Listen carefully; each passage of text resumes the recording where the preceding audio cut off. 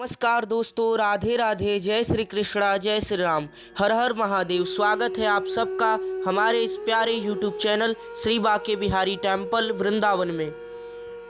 मित्रों, कलयुग के प्रभाव से विलुप्त हो रही हमारी संस्कृति, हमारे प्राचीन ज्ञान और सनातन धर्म का प्रचार प्रसार करने के लिए हमारे चैनल को सब्सक्राइब करें और हमारे द्वारा सांस्कृतिक ज्ञान के ऊपर, भगवत ज्ञान के ऊपर बनाए गए वीडियो को अधिक से अधिक लोगों तक पहुँचाएँ। हमारे द्वारा बनाई गई वीडियो को अधिक से अधिक लोगों तक पहुंचाकर आप अपनी संस्कृति के प्रचार प्रसार का अमृत तुल्य पुण्य लाभ उठा सकते हैं। वीडियो अच्छी लगे तो वीडियो को लाइक करें और कमेंट बॉक्स में राधे राधे, जय श्री कृष्णा अवश्य लिखें। तो आइए मित्रों, देर न करते हुए आज के वीडियो को स्टार्ट करते हैं।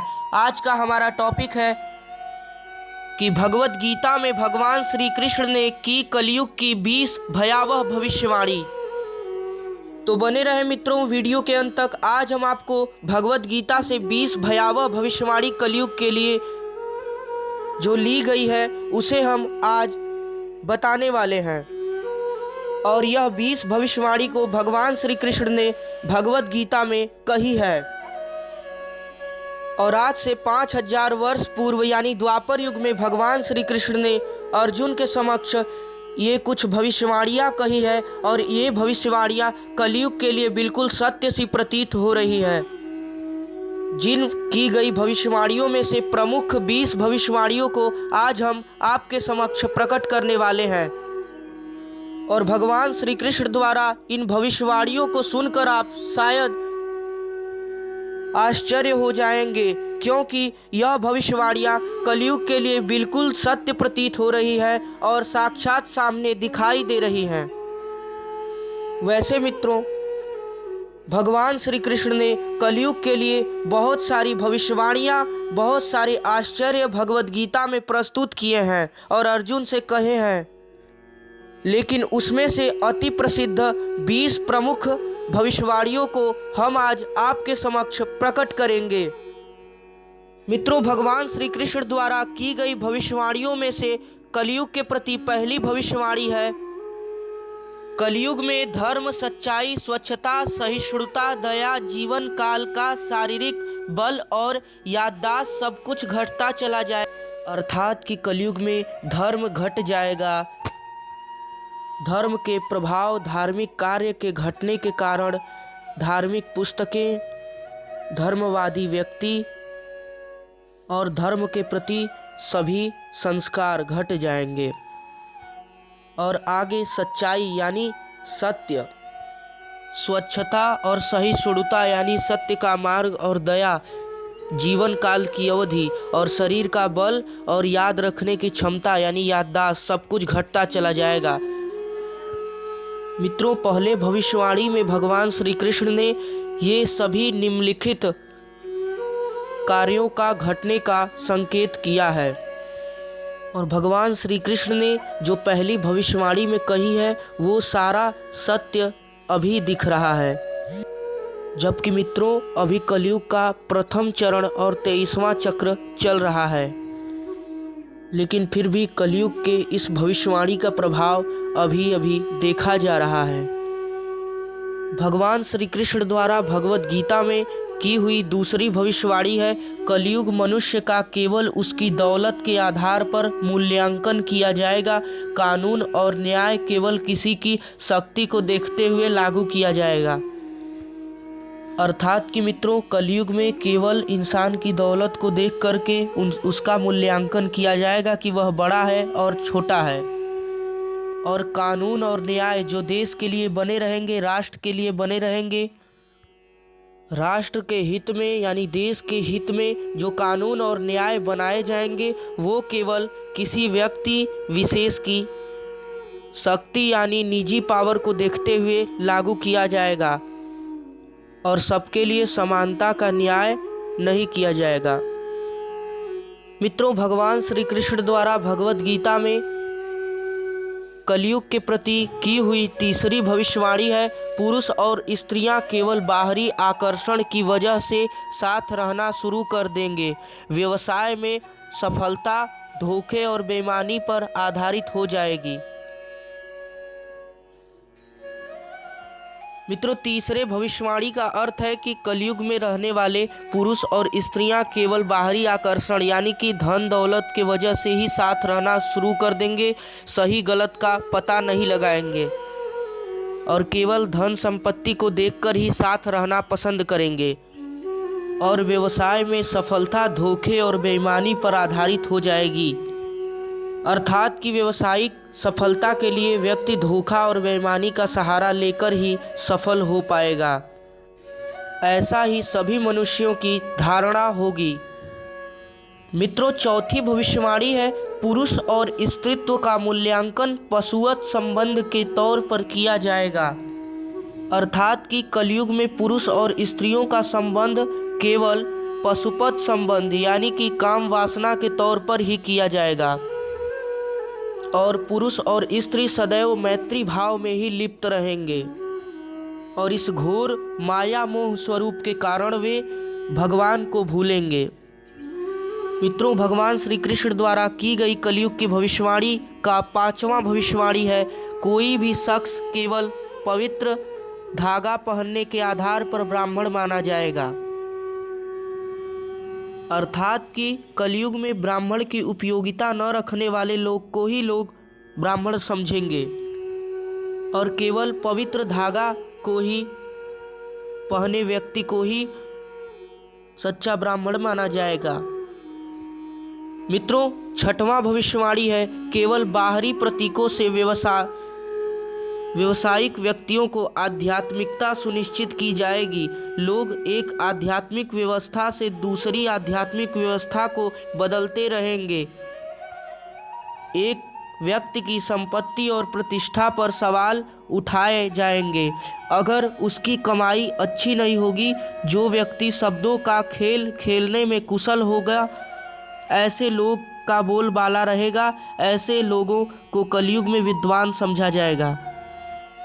अर्थात कि कलयुग में केवल बाहरी प्रतीकों से ही व्यक्ति को आध्यात्मिकता मिलेगी यानी कि वह विद्वान व्यक्ति है ऐसा समझा जाएगा और लोग लगातार एक दूसरे की संपत्ति और प्रतिष्ठा मान मर्यादा पर सवाल उठाते जाएंगे और जिस व्यक्ति की कमाई अच्छी नहीं होगी या संपत्ति अच्छी नहीं होगी, धन अच्छा इकट्ठा जो व्यक्ति नहीं कर पाएगा, उस व्यक्ति को लोग हीन समझेंगे। जो व्यक्ति शब्दों का खेल खेलना यानी कि धूर्त बात करेगा, उसे ही श्रेष्ठ समझा जाएगा और उसे ही विद्वान की उपाधि भी दी जाएगी। मित्रों, सातवीं भविष्यवाणी है कलयुग में थोड़ी दूर पर स्थित एक जलाशय को एक पवित्र स्थान की मान्यता मिल जाएगी। केवल पेट भरना ही जीवन का लक्ष्य रहेगा।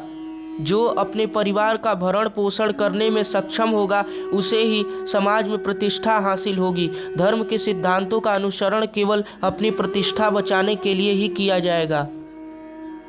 अर्थात कि लोग गंगा यमुना को महत्व न दे करके उसे अपवित्र करेंगे और पास के बसे जलाशय को वो एक महान नदी समझेंगे। और आगे बताया गया है कि कलयुग में पेट भरना ही पहाड़ के समान रहेगा और जीवन का वही लक्ष्य रहेगा। जो अपने परिवार का भरण पोषण करने में सक्षम रहेगा, उसे ही श्रेष्ठता हासिल होगी और धर्म के सिद्धांतों का अनुसरण केवल अपने संस्कार और प्रतिष्ठा को बचाने के लिए ही किया जाएगा, पूर्ण मन या पूर्ण भाव से नहीं किया जाएगा। मित्रों, आठवीं भविष्यवाणी है अगर किसी व्यक्ति के पास पैसे नहीं है तो उसे अपवित्र माना जाएगा और अपवित्र मानने के साथ साथ बनावटों को एक गुण माना जाएगा। मौखिक समझौतों से शादियां होगी। इस भविष्यवाणी का अर्थ है कि जो व्यक्ति धन का संचय नहीं कर पाएगा यानी धनवान नहीं होगा, उसे अपवित्र माना जाएगा और बनावटी भाव रखने वालों को गुणवान माना जाएगा। मौखिक समझौतों से ही शादियां होंगी। वैदिक अनुष्ठान का खंडन कर दिया जाएगा। अर्थात कि वैदिक अनुष्ठान और संस्कारों का बिना पालन किए ही केवल मौखिक सिद्धांतों से ही शादियां होंगी। मित्रों, भगवान श्री कृष्ण द्वारा की गई 9वीं भविष्यवाणी है धरती भ्रष्टाचारियों की भीड़ से भर जाएगा। सामाजिक वर्ग से जो भी खुद को सबसे ताकतवर पेश कर पाएगा, उसे ही राजनीतिक शक्ति हासिल होगी। यानी कि कलयुग में चारों तरफ भ्रष्टाचारियों की भीड़ होगी। सामाजिक वर्ग में अर्थात कि समाज में जो सबसे ताकतवर अपने आप को घोषित कर पाएगा उसे ही राजनीतिक शक्ति यानी देश की श्रेष्ठ उपाधियों पर बैठाया जाएगा और केवल वही राष्ट्र का संचालन करेगा। मित्रों, 10वीं भविष्यवाणी है, तरह तरह के करों से परेशान होकर आम आदमी घास, पत्तियां, मांस, शहद, फल, बीज खाना शुरू कर देंगे। सूखे की वजह से आम आदमी बुरी तरह प्रभावित होगा।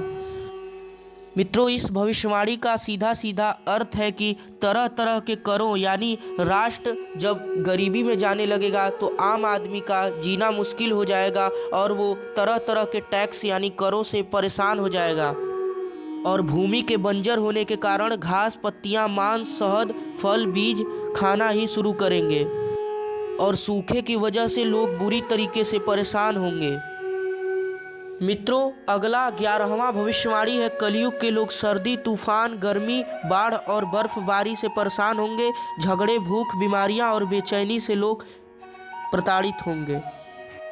मित्रों, इस 11वां भविष्यवाणी का अर्थ है कि तमाम प्रकार की तरह तरह की सभी प्रकार की प्राकृतिक आपदाओं से कलयुग में लोग परेशान रहेंगे और सांसारिक दुष्कर्म करेंगे और सांसारिक गतिविधियों से परेशान होकर लोग झगड़े, भूख और बीमारियां और बेचैनी से लोग प्रताड़ित होंगे। मित्रों, भगवत गीता में भगवान श्री कृष्ण द्वारा कलयुग के प्रति की हुई भविष्यवाणी 12वीं भविष्यवाणी बहुत ही भयावह है कि कलयुग में मनुष्य की जीवन काल की अवधि घटकर 20 वर्ष की रह जाएगी। लोग अपने बूढ़े माँ बाप की देखभाल करना छोड़ देंगे। मित्रों, इस 12वीं भविष्यवाणी का अर्थ है कि कलयुग जब घोर चरम पर होगा यानी कि तीसरा या चौथा चरण के चरम पर होगा तब मनुष्य की उम्र घटकर 20 वर्ष ही रह जाएगी। लोग अपने बूढ़े माँ बाप की देखभाल करना छोड़ देंगे। मित्रों, 13वां भविष्यवाणी है, कलयुग में चंद पैसों के लिए लोग एक दूसरे से नफरत करने लगेंगे, दोस्तों और करीबी रिश्तेदारों को छोड़ देंगे, यहाँ तक कि वे व्यर्थ कारणों पर भी अपनी और अपने रिश्तेदारों की जान गंवाने के लिए भी तैयार हो जाएंगे। जिसका अर्थ है कि कलयुग में लोग नुकसान नहीं सहेंगे और चंद मन की इच्छा के लिए, चंद पैसों के लिए, धन के लिए लोग एक दूसरे से नफरत करेंगे और अपने करीबी रिश्तेदारों को छोड़ देंगे। व्यर्थ कारणों पर भी जान देने और जान लेने की सिचुएशन बनी रहेगी, यानी कि स्थिति बिल्कुल ही भयावह होगी और लोग आपस में ही लड़ेंगे। मित्रों, 14वां भविष्यवाणी है, असभ्य लोग भगवान के नाम पर पवित्रता ग्रहण करने का ढोंग करेंगे और साधु का भेष पहनकर अपनी आजीविका चलाएंगे। जिन्हें धर्म के बारे में कुछ भी ज्ञान नहीं होगा वे धार्मिक सिद्धांतों की बातें करने का नाटक करेंगे और बड़े बड़े पदों पर बैठेंगे। जिसका अर्थ है कि कलयुग में लोग साधु के भेष में लुटेरे होंगे और भगवान के नाम की पवित्रता का ढोंग करेंगे। और जिन व्यक्ति को धर्म के बारे में कुछ भी जानकारी नहीं रहेगी वे धर्म गुरु के उच्च पद पर विराजमान होंगे। जिसका अर्थ है मित्रों कि अगर गुरु ही भ्रष्ट रहेंगे तो शिष्य तो भ्रष्ट रहेंगे ही। मित्रों, 15वां रहस्य है जो कि कलयुग के भविष्यवाणी के रूप में कहा गया है, सेवक ऐसे मालिकों की भी आज्ञा का पालन नहीं करेंगे जो अच्छे होंगे और ऐसे मालिकों की आज्ञा का पालन करेंगे जिसने अपनी संपत्ति गंवा दी हो और जिनका कोई चरित्र ना हो। मालिक अच्छे सेवकों को नौकरी से निकाल देंगे, चाहे वह पीढ़ियों से परिवार की सेवा क्यों न करता रहा हो। जिसका अर्थ है मित्रों कि कलयुग में ऐसे नौकर होंगे जो कि मालिकों के प्रति धन की चाह रखेंगे और जिसने अपनी संपत्ति गंवा दी हो या जो दुराचारी कर्म करता हो। और मालिक भी ऐसे व्यक्ति को ही नौकर रखेंगे जो व्यक्ति चरित्रवान ना हो और जो व्यक्ति सगुण और ज्ञानी होंगे ऐसे अच्छे नौकरों को कोई भी काम पर नहीं रखेगा, चाहे वह नौकर कितना हो श्रद्धा से परिवार की भरण पोषण या सेवा करता रहता हो।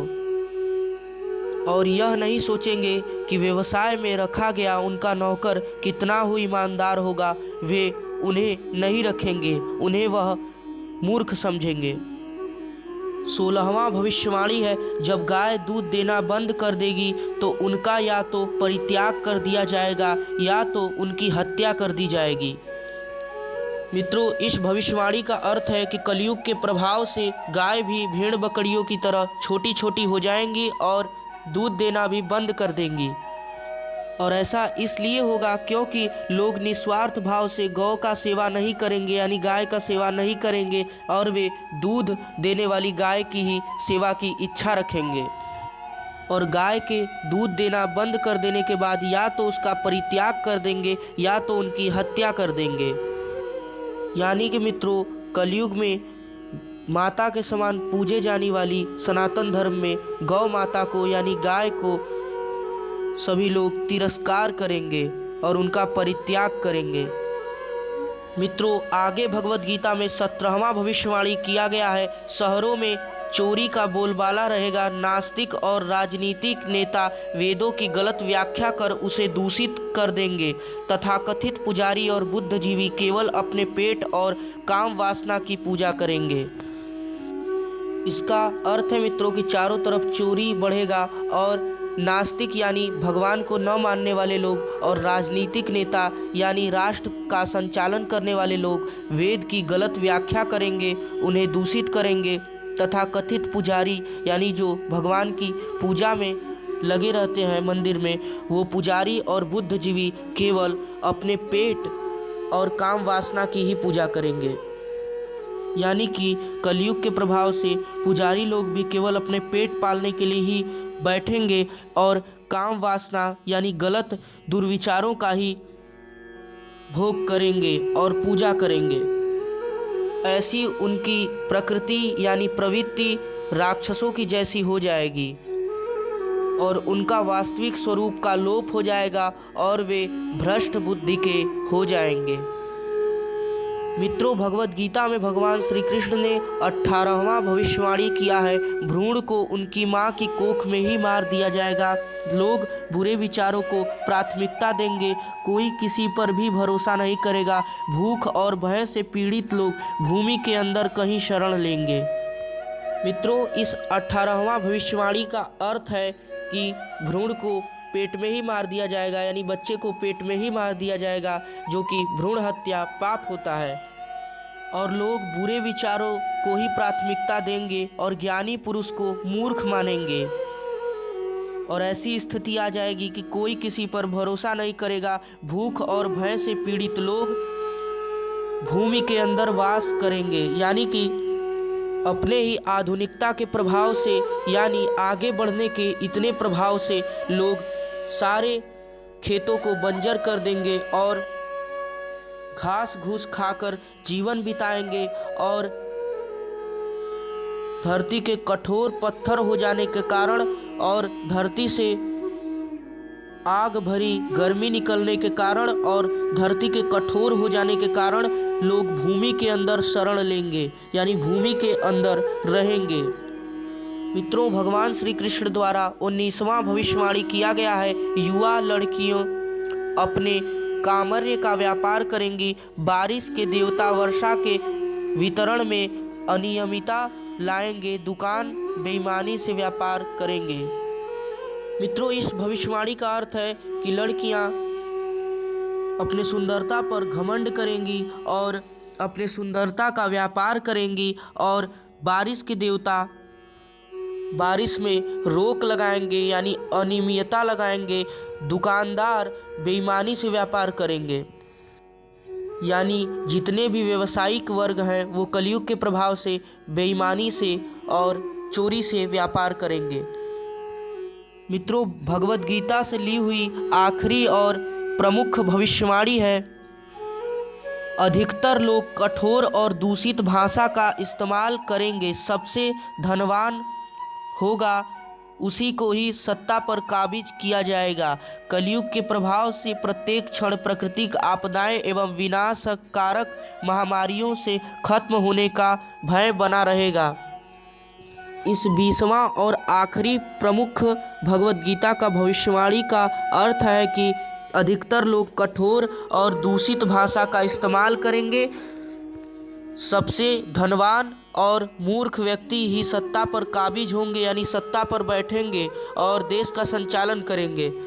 और कलयुग के दुष्प्रभाव से प्रत्येक क्षण व्यक्ति को प्राकृतिक आपदाएं एवं विनाशकारक महामारियों से खत्म होने का भय बना रहेगा।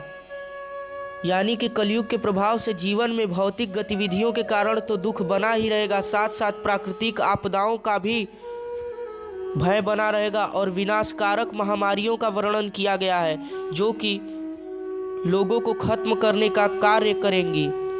और इन सब का दुष्प्रभाव कलयुग के समस्त क्षणों में बना रहेगा।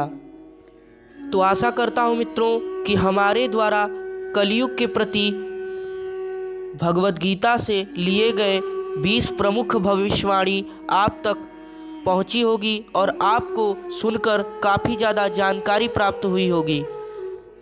भगवान श्री कृष्ण की कलयुग के प्रति भविष्यवाणी रूपी किए गए इस 20 वर्णन को अधिक से अधिक सनातन भक्तों तक पहुंचाएं और इस जानकारी को अधिक से अधिक मित्रों तक पहुंचाएं। धन्यवाद। राधे राधे। जय श्री कृष्णा, जय श्री राम। हर हर महादेव।